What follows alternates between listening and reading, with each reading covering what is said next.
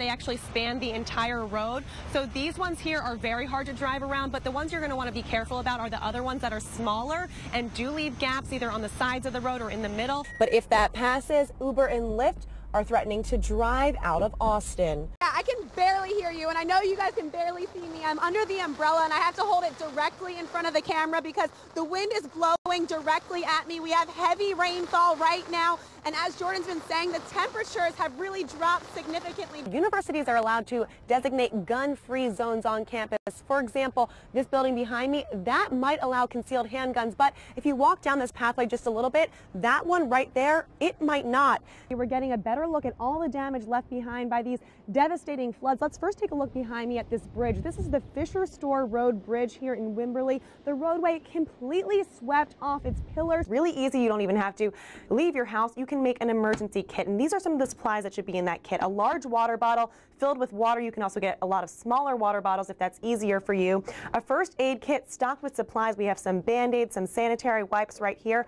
Also a map with local roadways. We also learned that the biggest challenge investigators are facing right now is the sheer amount of evidence. They've collected over 50 weapons from this parking lot. We do have some brand new information we want to get right to you. We just learned that that wrong way driver hit not one but two vehicles. So these are these glasses. Let's go ahead and give you a look and see if you can see through the lens exactly what they do. Now the two were last seen in Wimberley, but the bodies of their family members were found miles downstream. That's where they say the shooting actually happened. And then afterwards, the victim, who they describe as a Hispanic man in his 30s, walked through that gap right there back into the apartment complex where he lived, and he was the one who called 911. Many local animal shelters this morning are already overcrowded, and that's why they're telling pet owners like me and both of you guys, Chris and Allie, to be on the lookout for stressed behavior during the fireworks over this holiday weekend. According to these court documents, an assistant principal at the school also saw something that he was concerned about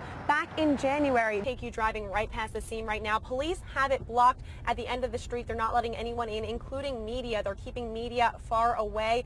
Here's the scene right here. We're passing by right now. The entire street is blocked down. Crime scene units on scene. This happened last night, but there's still tons of glass and debris lining the streets. I found this just about an hour ago. You can clearly see it's the Chevrolet logo, and police say a Chevy Camaro was one of the vehicles involved in that crash. What happened here overnight and what's still continuing this morning, take a look behind me. You can see that car. The water is up over the wheels of that car. Now, this area of water has been expanding throughout the morning. We actually had to move our equipment back twice because the water was creeping up toward us. As we know, it doesn't take very long at all to send a text message, just about 5 seconds. But TxDOT says those 5 seconds, they equal about driving the same distance as a football field if you were wearing a blindfold.